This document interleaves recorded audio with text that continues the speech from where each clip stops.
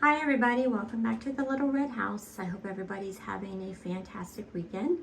The weather is beautiful here today. It's finally cooling down. I hope wherever you are, it's cooling down as well. I did just a few little updates in my house, just wanted to share them. I'm really getting into these samplers and I've only found a few, but if you remember in a few videos back, I had gone to a whole bunch of garage sales and found a box full of cross-stitching patterns and yarn and needle, everything you could want. And I did give it a try, watched some YouTube videos, and I just come to the realization I'm really bad at it. So, and that's okay. So a friend of mine, Dusty from My Thrifted Home, she does cross stitching, so it's moving on to her house. So hopefully she could do something good with it. But this is my little entryway, as you've seen before. It's very small, but I do love the little space. I love my little entry table, which my husband made me years back. But it's nice for the different seasons. I just put things here, and I just kind of moved my living room around a bit because I love this little dinette set I have. It's the shield back chairs that we found at the garage sale for, gosh, $5 each. We refinished them, and then my husband went and got me the little round table. I'm thinking $25, might be wrong, but it wasn't much, up at the Amish country, and I just wanted to showcase this area a little bit. So I just kind of rearranged some, and just so I kind of felt like I had separate areas. And there's Willie. Willie's the laziest cat, but he's happy, and that's all that matters. But my favorite wingback chair, I think it's my favorite because it's almost armless, and you could put it anywhere. So, but yeah, that's my little space that I've updated. And of course, this is my new little bench that I bought for $10. And Penny helped me decorate it a little bit, but it's great. And there's a closet door there, of course. Like, none of us have ever put stuff in front of closet doors, but I never go into this closet. I forget it's there, and so why not use the space? So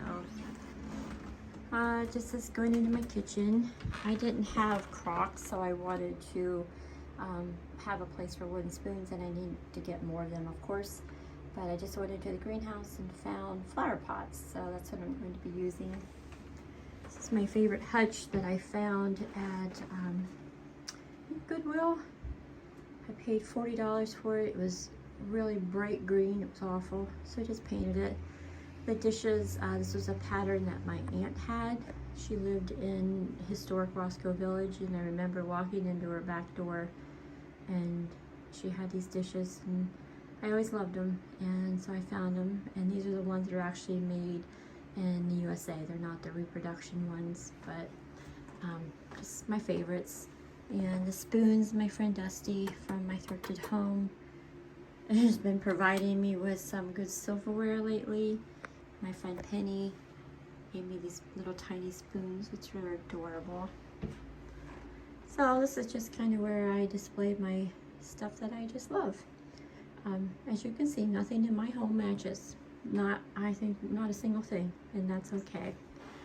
Bothers me not. So, and this is my little table and chairs.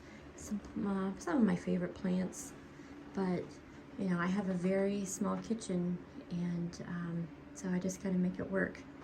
But I did want to take a moment to share some of my favorite baking things.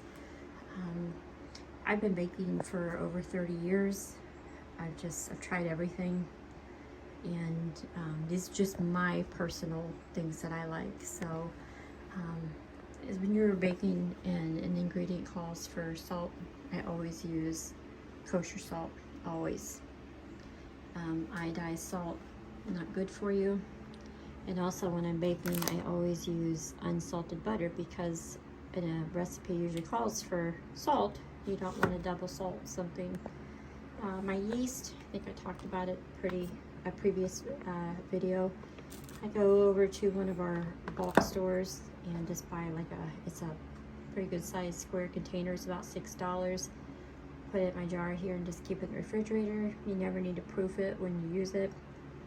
I always have nuts, pecans and walnuts typically for when I'm baking. And my different flours. I prefer Red Mill from Bob's Red Mill. That's my favorite. I always used to be a big King Arthur fan. And then one day by chance, this was on sale really cheap at Kroger's. And I tried it and I've been in love with it. And the cornmeal especially makes the best cornbread. I store my flour in these very large Ziploc bags. I use the whole wheat flour, I use the whole wheat pastry, and then here I have the all-purpose unbleached flour. Baking powder, always use aluminum free. And of course Crisco, gotta have Crisco. And some Essential Tools pastry blender. Measuring cups, always, don't go for decorative ones when you're baking because you want to make sure everything, you can level it off and you have the proper amount. A good biscuit cutter, teaspoon, tablespoons, a juicer. These are all things that I use regularly and have had much success. I always make my own vanilla. Simplest thing to do. If you are a baker and you go to buy vanilla, it is not cheap. You don't ever want to use imitation vanilla. It's just, I apologize, it's just nasty. But to make your own vanilla, these are 12-ounce bottles that I got off of Amazon. I think I might have paid $14, $15 for them.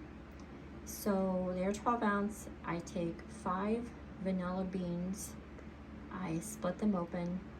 That's all I do. You don't have to scrape the seeds out or anything. And I put 5 in a bottle. I fill it with vodka, or you can use bourbon. I like either one. Give it a little shake, and I store it in a cupboard. They say you can use it after 3 months. I have gotten better results after it's sat for 5 or 6 months. But I'll never buy vanilla in the store again. I mean, it is simply, it's what it used to be and should be. It's just alcohol and your vanilla beans. So that's what I use for vanilla. And a little tidbit for you. If you ever want to use powdered sugar, say you ran out, you can take your regular granulated sugar in your mixer. You can take a little bit of cornstarch, add to it, and you just keep beating it, and eventually you have your own powdered sugar. That is how powdered sugar is made. So it's a little tidbit to keep in mind. This is my new favorite Scentsy burner. My daughter-in-law sells Scentsy, and she found this for me.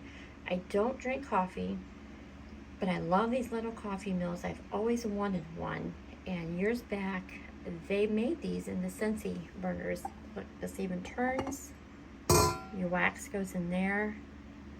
It's adorable. It's my favorite. So anyway, I just wanted to share a few of my little baking favorites. My kitchen is not big at all. I have to make use of what little space I have. I mean, this is it. It might look cluttered to some. It's my neat, organized mess to me, but it works. And on my cream cheese, I'm getting ready to make my own cheesecake today. Just give you a little hint, the secret to a really good cheesecake is lemon zest and orange zest. So I just wanted to share a few things with you today. Again, I hope everybody's having a fantastic day. I greatly appreciate you watching. If you're enjoying, please hit like and subscribe. It would be appreciated. You guys have a good rest of your day. Bye-bye.